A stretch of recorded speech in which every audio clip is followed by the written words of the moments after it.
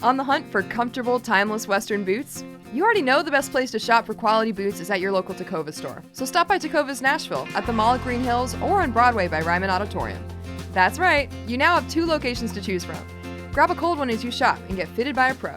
Tecovas Nashville is at your service, and you can find your perfectly fitted dream boots with the help of their expert staff. Everyone will be asking where you got your sick new boots, but I won't be asking because I know they must be Tecovas. That's TECOVAS.com. Don't go gently, y'all.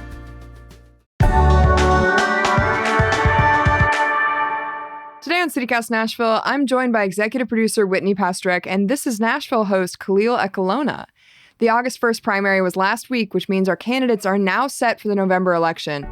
We're going to be discussing the candidates in Nashville's 3 congressional races today, and we'll have a lot more in the months to come. We're also going to talk about how our neighbors are feeling about election season and give you a little update on Nashville's Olympians in Paris.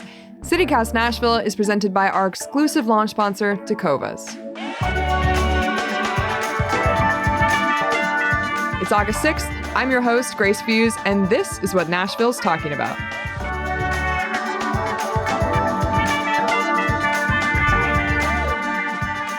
Okay, so first up, we had a primary election on Thursday, and nobody voted in it. We had a big turnout drop. Wah, wah. But let's go over some of the matchups that are coming up in November.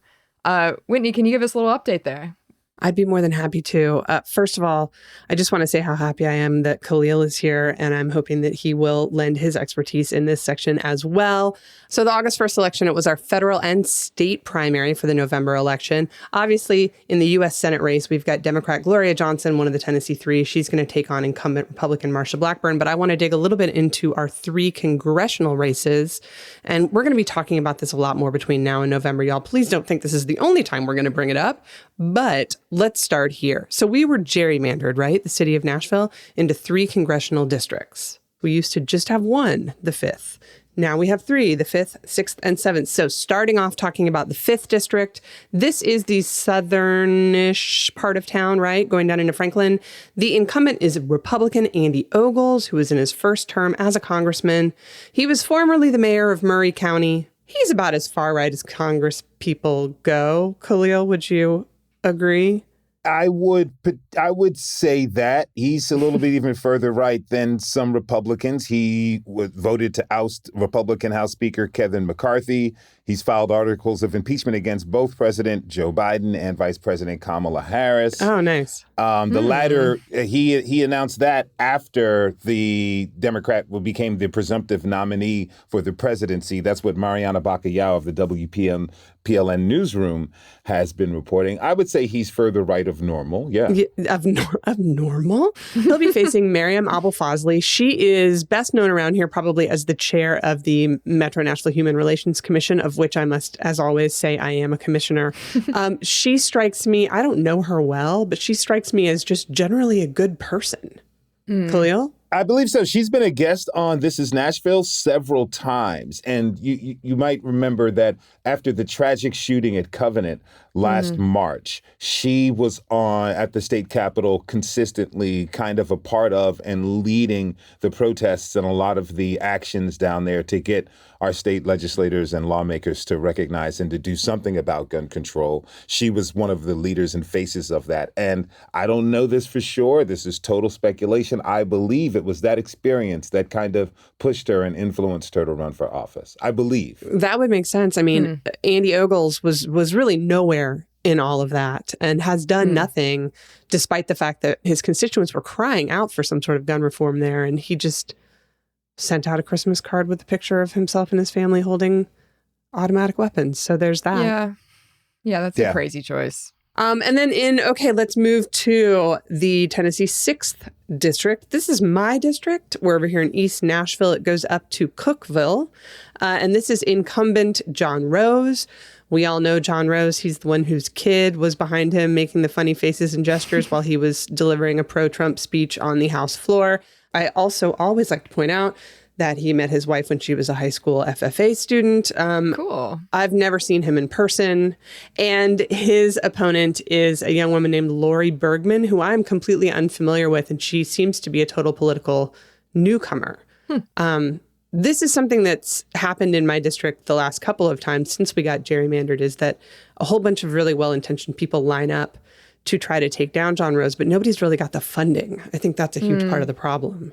I don't know much about Laurie Bergman as well, but something that I think is encouraging is that people are stepping up to run for office who otherwise maybe wouldn't have. And if we're talking about a democracy and our participation in it as citizens, I think that's needed. People from all sorts of political ideologies, political angles, step up to run for office, to represent and to be a part of this democracy as it works, right? Yeah, I agree. And I really admire the courage of my neighbors who decide that they want to go for it in this district.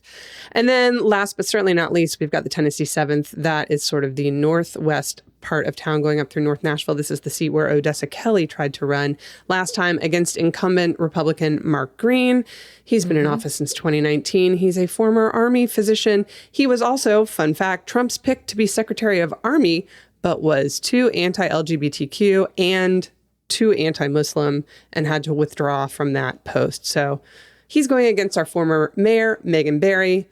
She was ousted in a scandal because she was having an affair with the head of her security detail, pled guilty to felony theft connected to that, resigned as mayor, but has, maintained a pretty consistent presence around town. Khalil, do you think that Mayor Barry has a shot here? I do believe she has a legitimate shot. Now, I haven't looked into polling data or numbers. I'm just reflecting on the number of guests that have been on. We've done over 500 episodes. I've interviewed over 2,000 people. Not to say that I asked all 2,000 people these questions about how they felt about Megan Barry.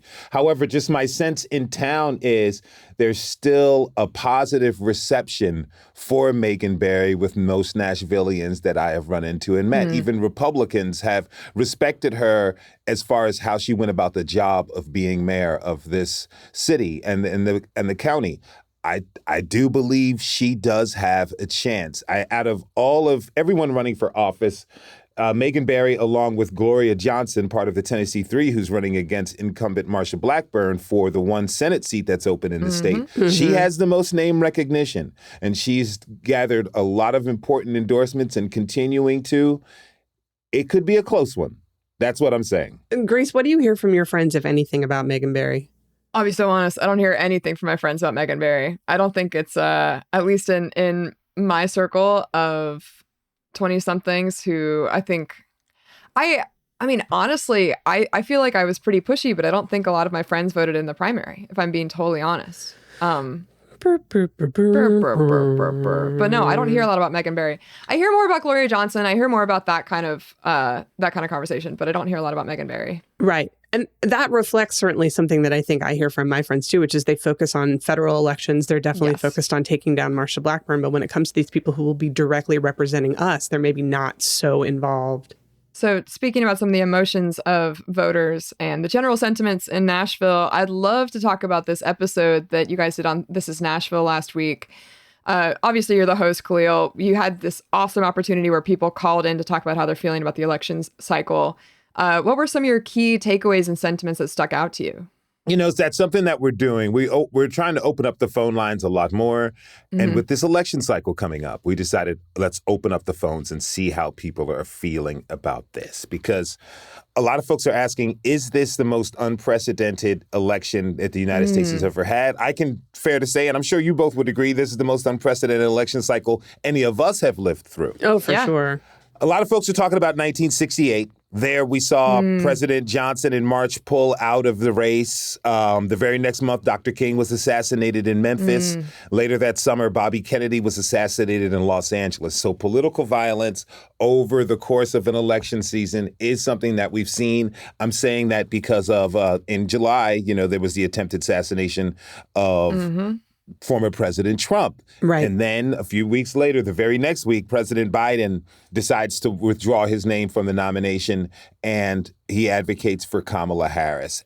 Yeah. A lot of people are saying that this is because the Democratic Convention is in Chicago, just like it was in 1968, and that perhaps we should not have the Democratic Convention there anymore. I mean, you could say is it a weird political kismet? Who knows? Who knows what's happening? But the general sentiments, there were two things. A lot of people were a little bit confounded and crazed, I could say, just highly upset and emotional. And we had several guests on to try to help us through. We had Dr. Nicole Alexander Floyd. She's a political science professor out of Rutgers, to help us frame the history of this, to put 1968 and 2024 in proper context. We had Dana Nelson, who is a chair of English at an American Studies at Vanderbilt University, to help us understand the nuances of the situation. We also had Dr. Heather Alesh. She is a psychologist with the Nashville Center for Trauma and Psychotherapy, who suggested a few interesting things, because she talked about trauma.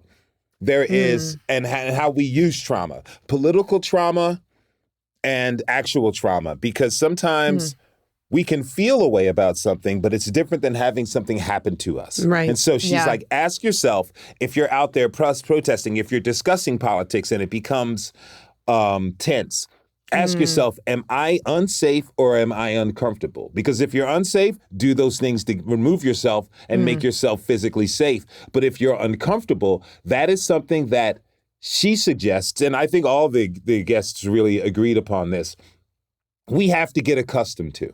If we're going to have political discourse and conversation in our country, knowing that how separated and divided we are, we have to be okay with uncomfortable conversations so we can come to some recognition. And that was kind of the sentiment of callers. I remember one young man called from Nashville who was you could hear it in his voice, how upset he was because he was losing friends and family because of this election. And Dr. Alesh gave him some really good tips of understanding people, become curious, rather than hear someone's political point of view and either attack them or spout yours in opposition to theirs. Ask them why they feel this way. Continuing to be curious and asking questions about each other, and then offering your curiosity as well as far as how you came to these things, will allow us to discover what we all really want without the mudslinging and flame throwing of names. And I think that that's a really smart approach in any conversation. But I will say, Khalil and Grace, you and I have talked about this. It is difficult to try to have a rational conversation or to show genuine curiosity in someone whose beliefs, not just their political beliefs, but their beliefs say that I don't deserve to exist. Yes. That I'm not, as a woman, in charge of my own body, that my immigrant friends need to, quote, go back to where they came from, right? It's difficult to have that kind of discussion that you're talking about with somebody who genuinely cannot see many of the people who I love as human.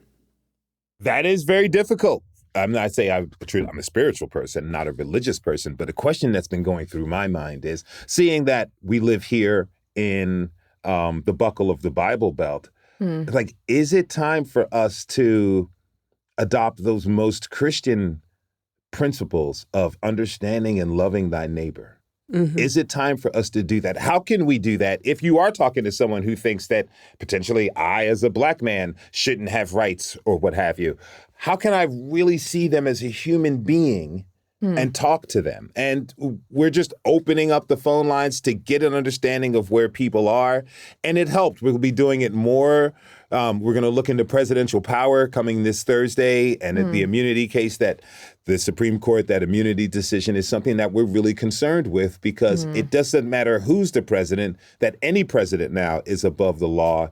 And I think as citizens, something we should be concerned about. Yeah, and we'd love for you guys to reach out and tell us how you're feeling. You can email us at nashville@citycast.fm and let us know how you guys are feeling about this election cycle. We're really looking forward to listening to that episode on Thursday, Khalil. And we're going to take a quick little break from all of this to give you some kind of fun updates on Nashville's Olympians in Paris. Americans coming together I know. in Paris. Unity. God, it's so beautiful. Yeah. It is.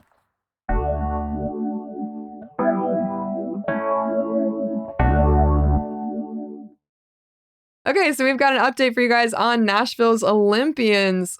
How are we doing out there, Whitney? First of all, I'm having the best time. Are y'all watching the Olympics? I love it so much. I needed it so much. Yes. I mean, considering everything we talked about at the top of the show. Yeah. Like, doesn't it just feel good? Doesn't it just feel inspiring? It does. It does. And we have some really exciting people out there representing Nashville. We do. Some of them did better than others. Let's start with the bad news. First and foremost, Walker Zimmerman, who had been added to the U.S. men's national team, they get a certain number of players over the age of 23. He was one of them. Alas, the struggles of the U.S. men's national soccer team continue, much as the struggles of Nashville SC continue, and they were knocked out by Morocco in the first game of the knockout round. So, Walker had some interesting quotes after that loss in which he talked about what he thinks this next generation of young American soccer players needs to embrace, and that it's this notion of setting aside all your personal beef and really playing for country and working on that character. As a fan of the U.S. women's national team, I would just like to say, ha, ha, ha, ha, ha, we're still in. I will say this, though. This is the furthest that the U.S. men's national team has gotten in the Olympics in quite some time. It's true. So, It's sadly true. small steps. Let's give all credit to Walker Zimmerman for that, who really is he's a great leader. And we'll be glad to have him back here in Nashville because we need him very badly. In other news on fields, other field news, this is news on land as opposed to the news on water that we're about to get to. News on land, our own Veronica Fraley, the discus thrower from Vanderbilt, who we interviewed on the podcast a couple weeks ago, she unfortunately missed the cut to make it into the discus finals by one spot. She was just under the line. But she did have some good news last week. Grace, you saw that. I did very much see it. She posted on Twitter this thing about how she couldn't make rent, talking about how other athletes at Vanderbilt are able to buy houses and cars, and she gets 75% of her rent paid. She got a response from a unlikely source. Maybe not. I don't know. Maybe I'm not giving him enough credit. Flavor Flav responded and offered He is all over these Olympics. He's all over the Olympics. I love it.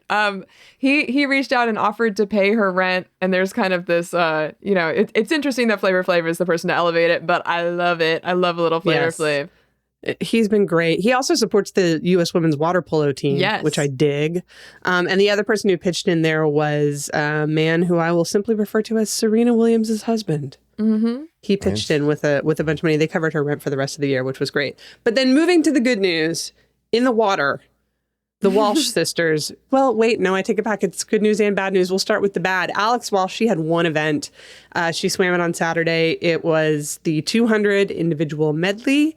Alas, although she came in third, she was disqualified for a bad flip turn. Ugh. She screwed up. She flipped before she touched the wall. No. Not the flip turn. Not the flip turn. I know. But our big hero, all hail the conquering hero, Gretchen Walsh, ladies and gentlemen, she picked up the gold with a world record in the 4x100 women's medley relay with the U.S. team. She also swam the fastest butterfly leg in history. 55 seconds flat. Wow. She also got a gold medal in the 4x100 mixed medley relay on Saturday night. The mixed medley relay is super cool. This is men and women swimming together in the four strokes. And then she's pulled silvers in both the 4x100 free relay, setting a U.S. record, and the second in the 100 butterfly. And that, I think, was kind of, maybe she felt like she was disappointed by that, but it seems like she's really picked up and turned it around. But in general, I want to know, what are the Olympic sports that y'all have enjoyed the most? You cannot say any of these. You can't say swimming or track or field. I have not been watching any of the quote unquote main attraction sports. I've been watching the off-center ones. Handball is amazing. Handball. I wish we played handball in high school because I feel like that sport was made for me. It's physical, yet you need to have finesse and endurance. I love it. I love that. I'm looking forward to the trampoline competitions because these folks are doing seems like a million somersaults while they're 85 feet in the air. Amazing to me. Ping pong and badminton have been great. Ping pong was really cool because over the weekend I was watching and it was China versus China in the gold medal match. Something interesting that they do, there were no coaches. China's like, if it's China versus China, no coaches, you both are on your own. And it was two women battling it out. And it was really awesome. They were battling it out. The gold medal winner won. Her boyfriend, I guess, is a big-time Olympian in table tennis. He proposed to her right there. All the little games I just love. You know, I watch some track and field and stuff. I catch the replay of that, but it's the off sports that I'll never see that I'm obsessed with. Yeah, for sure. Grace? Personally, I got really excited about beach volleyball to the degree where I already booked a court for this weekend at Sandbar. So Nice. Everybody come through. If you guys want to play pickup, I'll be there. I played beach volleyball in Nashville like a year ago and, quote, permanently damaged my wrist. Wow. Oh. But that doesn't mean I'm not getting back out there, man. Yeah, So you're inspired. No, it's I'm terrific. inspired. I'm inspired. And Exactly. honestly, speaking of Chinese athletes, my all-star standout from the background of this Olympics has been the young 15-year-old surfer for China who has literally been surfing for like 4 years, maybe total, had never been to this wave in Tahiti where they were surfing. It's called Chopu, right? It's the heaviest wave in the world. It knocks out pros. She surfed it for the first time this week. She actually made it out of her first head-to-head heat and then got taken down in the quarterfinals or whatever by literally the number one women's surfer in the world. Hey. But Man. I love that this 15-year-old girl from a landlocked part of China was like, dude, I'm going to be a surfer and I'm going to go out there and rip on one of the scariest waves on earth. It's so Disney Channel original movie. That's so awesome. It's so great. cool. So At 15, I don't know what I was doing at 15, trying to avoid getting a job. Yeah, I was not surfing the heaviest wave. Also, heavy wave is such a threatening. You know what I mean? Like the Yes. idea, it's like if you started talking about like, oh, I'm gonna ski, but I'm under the heaviest avalanche, or you know what I mean? Like, literally what you are are under the talking heaviest about? avalanche. Like Yes. that's horrifying as an idea. What is the word for when you're afraid of the ocean? Do you guys know off the top of your head? I don't. I'm going I to don't go know. with ocean phobia. Ocean phobia. That's not what it is. But, That's not what it but is. somehow I've wound up on a TikTok algorithm for fear of the ocean. So I Wow. think that's also, there you go, thalassophobia. Oh, our Our producer producer. Elizabeth, who's subbing in for Marie this week, coming through. She knows. Thalassophobia. She knows. Nice she job, knows. Elizabeth. I know. I'm deeply afraid by the idea of heaviest wave. It gave me chills. Well, then you're not coming to Tahiti with me. I'm not. I'll come. You can come. Khalil, this was so fun. Will you come back on the show again sometime? I'd be honored to, only if you all agree to come on the This is Nashville. Grace can go. You bet. You bet. We have fun. We have doing fun, it. Khalil.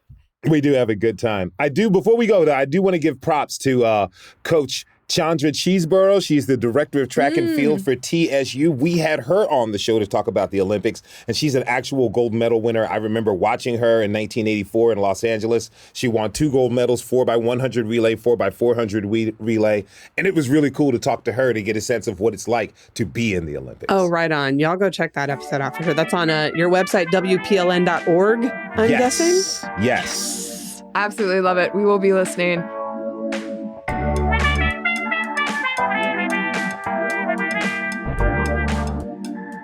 That's all for today here on CityCast Nashville. If you enjoyed the show, why not tell a friend? Rate the show, leave us a review, and subscribe to our Hey Nashville newsletter. We'll be back tomorrow morning with more news from around the city. Bye!